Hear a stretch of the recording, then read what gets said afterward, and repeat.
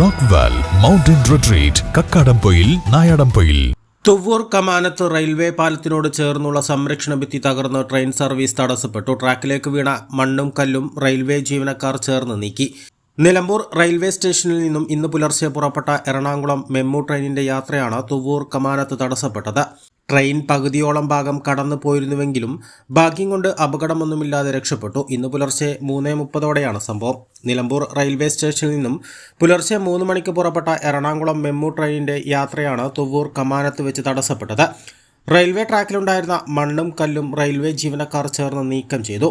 ട്രെയിനിന്റെ ബ്രേക്ക് സംവിധാനത്തിൽ കേടുപാടുകൾ സംഭവിച്ചതിനാൽ താൽക്കാലികമായി പരിഹരിച്ചതിനെ തുടർന്ന് ട്രെയിൻ തിരിച്ച് നിലമ്പൂർ റെയിൽവേ സ്റ്റേഷനിലേക്ക് മടങ്ങി.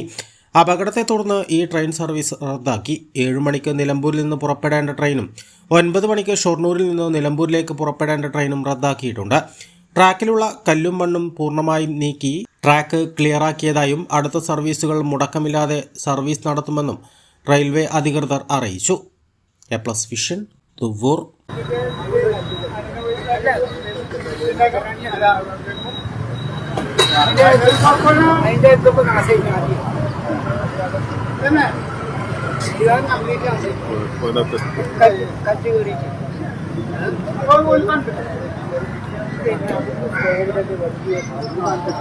KTH Jewelry, Silver, Gold and Diamond, KNS Building near Grameen Bank, Agambadam.